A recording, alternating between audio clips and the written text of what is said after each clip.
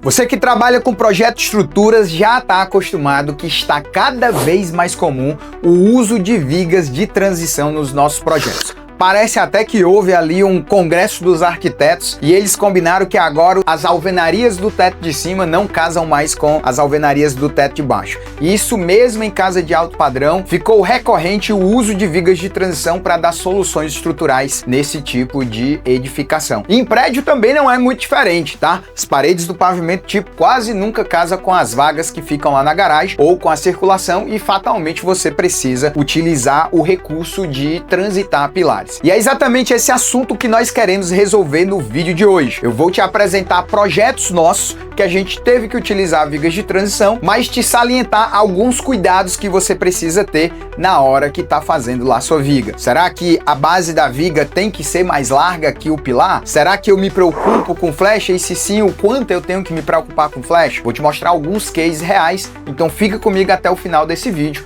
para você de uma vez por todas saber os principais cuidados que você precisa ter com viga de transição. Vamos lá! E para a gente discutir todos esses pontos aqui, eu trouxe o projeto dessa casa, inclusive vou pegar ele lá de baixo, ó, você vê que ele está com sapata feita, cintamento, aí a gente tem pavimento que cobre o térreo, mais a cobertura e o pavimento clarabóia aqui em cima. Esse modelo que você tá vendo é dessa casa aqui de alto padrão, que eu tô te mostrando a frente dela, uma típica casa de alto padrão como as que a gente tem hoje, né? Toda recortada e obviamente alvenarias que não se seguem nos demais pavimentos. Aqui a parte de trás e aqui é onde tá o fato curioso, né? Nem acho que seja obviamente maldade do arquiteto, não é esse o pensamento. O grande lance é que a gente não tá aqui para discutir isso, a gente tá aqui para resolver o problema. O que você vê é que eu tenho um vão de alvenaria aqui em cima, eu só tenho região para colocar pilar nesse trechinho aqui. E obviamente eu não posso simplesmente descer um pilar aqui, porque você tá vendo que eu tenho uma passagem aqui em vidro lá do trecho do acesso da parte de piscina, né? Aqui eu já tô vendo a parte de trás da casa, o quintal, com a sala, ó, inclusive você tá vendo a escada plissada que tá ali dentro, né? Esse é o típico caso, típico de problema que a gente vai ter que fazer uma transição. Eu tô te mostrando aqui agora um modelo 3D, ó, exatamente na mesma configuraçãozinha lá. Então você tá vendo, né, que aqui embaixo vai ter aquele janelão de vidro, né, aquelas portas de vidro estão aqui, e aqui o trechinho onde eu poderia passar o meu pilar, onde de fato eu passei um pilar, você tá vendo ele aqui, mas obviamente esse pilar que agora eu tô deixando ele aqui em azul, ó, ele não pode descer, porque senão ele estaria ali no meio da porta. Então essa viga aqui de baixo, ela terá que necessariamente ser uma viga de transição. Se você ainda é muito verdinho, não sabe o que é uma viga de transição, é esta viga utilizada para a gente transitar o pilar quando ele não pode chegar até a fundação, como esse pilar que você está vendo aqui nascendo sobre essa viga. E aí o primeiro cuidado que eu já quero listar aqui contigo, que inclusive é um cuidado que eu mesmo não segui, né? Não tive como seguir. Nesse caso aqui, ó, vou até desligar aqui as arquiteturas.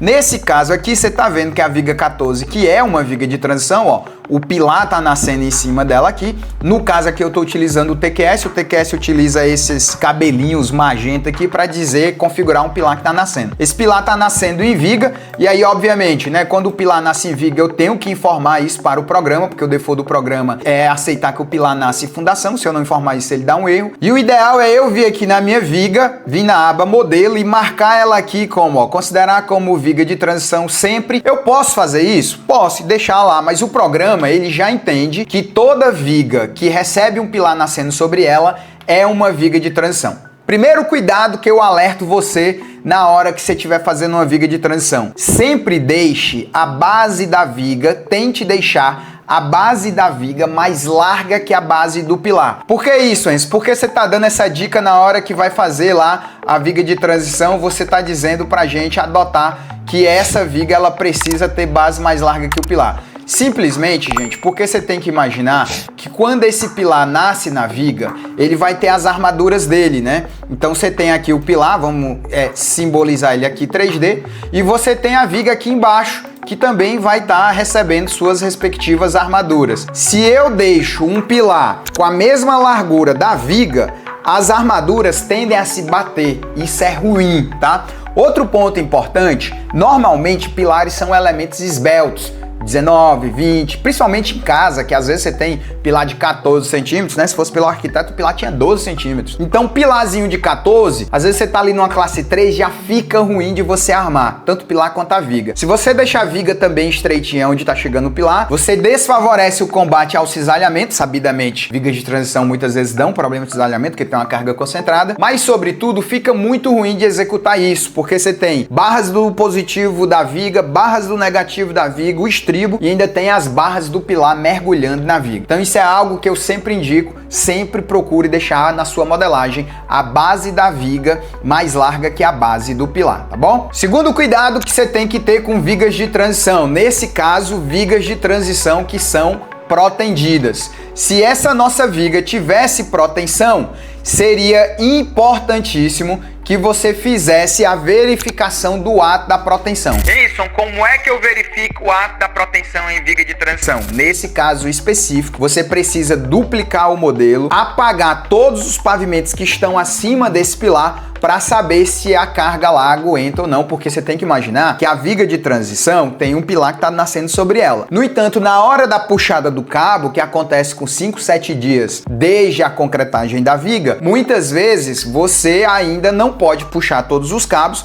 porque todos os cabos foram calculados para uma situação de serviço e nesse caso especificamente a situação de serviço considera a carga do pilar que está sendo transitado. Isso em casa não é tão grave, porque via de regra você vai transitar um pavimento, mas isso no caso de prédios pode ser muito problemático, porque às vezes eu que já fiz muitos, eu fiz dezenas, talvez centenas de prédios em Brasília, que sabidamente que é um lugar que necessita, por conta da lei de uso e ocupação dos solos, de você se utilizar de viga de transição, muitas vezes você está transitando 8, 9 pavimentos e aí é uma preocupação porque isso passa a ser relevante. Então toda vez que você usou uma viga de transição protendida, lembrar sempre de remover os pavimentos superiores para poder verificar o ato da proteção. E se você ainda tem dúvida ou quer aprender a projetar estruturas em concreto protendido, eu tô aqui para te falar que a gente tem uma formação, projeto de estruturas de concreto protendido, onde você aprende a protender Paviplus, laje lisa, viga de transição, laje maciça, laje nervurada, tudo completinho, play by the book, exatamente com casos reais. Eu vou deixar o link aqui embaixo, caso você queira ter interesse nessa formação. Terceiro ponto importante, como você está vendo aqui na tela, muitas vezes vigas de transições têm bases bem largas, né?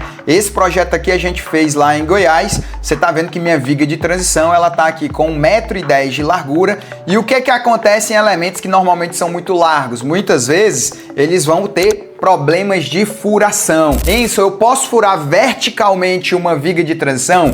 Você pode. No entanto, você tem que ter os cuidados normativos. A nossa norma NBR 6118, ela traz lá no item 21 os cuidados que eu preciso ter com furos que atravessam as vigas na direção da altura. O mais importante, os conselhos mais importantes que tem nessa norma. Primeiro, nosso furo ele tem que ser menor do que a base da viga dividida por 1/3. A base da viga lá do nosso modelinho que a gente estava fazendo, esse aqui, ó, tem 1,10 m. Se tem 1,10 m e eu dividir por 3, quer dizer que eu posso ter furos nessas vigas da ordem aí de até 35 centímetros. Lá no projeto da casa, a minha viga era de 14. Então, uma viga de 14, se eu dividir por 3, eu posso ter um furo até de 4,5. No entanto, vigas de até 19 centímetros, eu recomendo você nunca fazer essas furações. É sempre muito complicado e indesejado. Por que, Enson?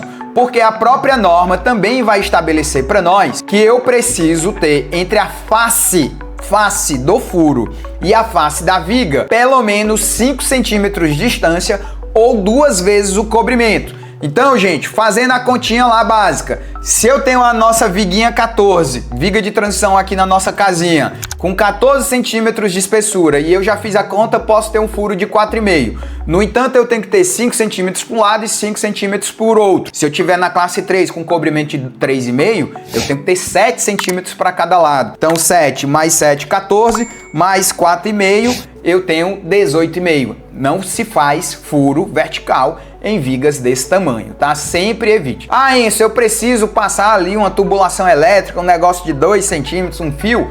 Isso aí eu já não vejo tanto problema. Obviamente tem que obedecer o que a norma diz, mas via de regra não se faz furos em vigas de 14, 19 centímetros. Nas vigas de transição mais potentes, né, com 1 metro de base, 80 de base, o furo pode até ter a base dividido por 3, desde que você deixe 5 centímetros para cada lado desse vigamento, né? 5 centímetros a partir da face do furo para o lado esquerdo e também para a face do lado direito. Então não tem problema você furar a viga, desde que você atenda os critérios. Agora, ó, ponto importantíssimo. Recebi lá a viga de transição, tá aqui minha viga de transição com 1,10 m, e aí pediu para eu fazer um furo, porque bem aqui, digamos, bem nesse ponto, eu tenho um vaso sanitário, nesse ponto amarelinho aqui. Aí fiz um furo de 15 centímetros. Do ponto de vista do tamanho do furo, nenhum problema. Do ponto de vista da distância da face do furo para a face da viga, é só verificar, mas ok. No entanto, você concorda comigo que a gente perdeu seção. Pessoal, na hora que eu perdi seção, porque eu coloquei um furo aqui, eu tenho a seção remanescente para este lado e eu tenho a seção remanescente para este outro lado. Então, quando eu for olhar e armar essa viga, a flexão e ao cisalhamento, nessa seção aqui, eu tenho que pegar o cisalhamento que deu por onde eu estou passando o furo, a flexão que deu por onde eu estou passando o furo e rodar essa seção da viga com a base reduzida. A altura é a mesma, mas a base reduzida. Se eu tenho 1,10 m de base e eu tirei 15 centímetros, então agora ficou remanescente 95 centímetros e a minha seção vai ser 95 pela altura da viga. E aí eu vou armar com essa armadura de cisalhamento e a armadura de flexão que eu obtive, ok? Outro ponto extremamente importante que muitas vezes a gente esquece é lembrar de deixar sempre o estribo passando já na região do pilar. Você tá vendo aqui na tela, ó, a viguinha lá, o diagrama da viga que a gente está armando. Então eu tenho aqui a viga, né? Eu vou desenhar aqui para você a viga de amarelo. Eu tenho um pilar aqui nascendo sobre a viga, ó, tá vendo aí até a reação de 9,3. Vou até deixar o pilar aqui verdinho para a gente diferenciar. E eu tenho aqui embaixo os pilares, que são os pilares de baixo, né? De onde a viga lá vai estar apoiando aqui de um lado e aqui do outro. Ora, na hora que eu estou colocando o meu estribo, lembrar sempre de passar o meu estribo quando eu tenho o pilar morrendo. Nesse caso aqui, quando eu tenho um pilar nascendo, o software automaticamente ele vai fazer a passagem do estribo nessa região.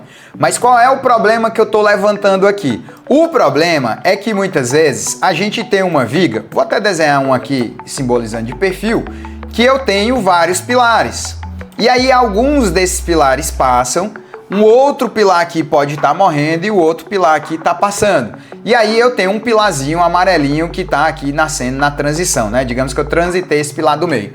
O que é que muitas vezes vai acontecer, gente? Os softwares entendem que essa viga verde está apoiando nesse pilar 2 aqui, azul. E aí ele interrompe o estribo na face do pilar e não pode. Então todas as vezes que você tiver com uma viga de transição que tem um pilar ali morrendo, tem que lembrar de ir lá e colocar o estribo dentro do pilar. Isso é importante até porque é uma zona de apoio, sabidamente zona de apoio é onde eu tenho os maiores cisalhamentos que estarão atuando na minha estrutura. Então fica aí uma curiosidade, uma dica para vocês. Aí só para deixar um exemplo aqui do que eu tô falando, ó, nós temos aqui a nossa VT1, nossa viga de transição, e aí você repara que, por exemplo, ó, o pilar 238 tá morrendo e o pilar 246 nascendo em transição. Se eu for olhar esses pilares aqui, né, ó, os pilares, por exemplo, aqui o 238, ó, ele morre, você tá vendo que ele morreu aqui, e o estribo foi interrompido, ó. Isso é perigoso, não deixe isso acontecer. Ah, Enson, mas a barra do pilar muitas vezes vai entrar na viga. Não tem problema, mas você tá sem estribo, porque o cara vai botar um estribo aqui e outro estribo aqui do lado. Ele não tá colocando os estribos dentro aqui da zona onde a barra não tem mais emenda, tá? O pilar tá nascendo do lado, o outro pilar morrendo aqui e dentro da viga tá ficando uma zona de apoio sem estribar. Então sempre colocar esse estribo lá, não esqueça disso. Um outro ponto importante que nem sempre, infelizmente, depende de nós. Na medida do possível, faça o que eu fiz aqui, ó. Todos os pilares que estão transitando, eles têm seus eixos coincidentes com o eixo da viga. Então, de novo, nem sempre isso é possível, mas na medida do que for permitido, sempre mova a viga, às vezes até aumente a base da viga para garantir ali, para se aproximar o CG da base da viga com o CG do pilar. Por que esse cuidado, Enzo? Porque na hora que eu tenho um pilar que está transitando e ele está excêntrico à viga de transição, vai surgir torção. Ou seja, simplesmente porque eu perturbei a geometria, eu estou criando um esforço que não deveria existir. Então, na prática, sempre procure aumentar a base da viga intencionalmente para que você tenha ali, e mover a viga, inclusive em planta, para que você tenha o eixo da viga sempre o mais próximo possível dos eixos dos pilares. Se conseguir mover pilar também, para deixar o eixo do pilar em cima do eixo da viga, melhor ainda. Mas sempre buscar eixos coincidentes entre viga e pilar, para que você tenha braço de alavanca nulo e, obviamente, isso não gere um momento torsor desnecessário na nossa estrutura. Por último, um conselho importantíssimo: não deixe flechas na sua viga de transição. Tô fazendo lá minha viga de transição V14 ou V17, né? São duas vigas de transição aqui. E aí notei que deu uma flecha na minha viga. Cara, aumenta a base da tua viga, aumenta a altura, né? Cria ali um mecanismo de reduzir essa flecha. É muito perigoso, já no estado limite de serviço, você ter flechas acentuadas, porque isso, inclusive, pode fazer com que o pilar passe a trabalhar como um tirante, e isso é ruim para a estrutura. Na medida do possível, deixar flechas próximas de zero, ali da ordem de 1 centímetro ou menos, tá? É sempre o que eu lhe recomendo para evitar que os seus pilares, seus elementos apoiados, passem a trabalhar como tirantes, que sabidamente não são coisas para os quais nós projetamos. Então essa viga 14, essa viga 17 é o tipo de situação que você vai trabalhar para elas terem flechas bem baixas, ok? E se você gostou desse vídeo, deixa seu like, deixa seu comentário, ficou alguma dúvida, você tem um cuidado a mais que eu não abordei aqui, fala aqui nos comentários pra gente continuar essa discussão que é sempre muito bem-vindo. Valeu!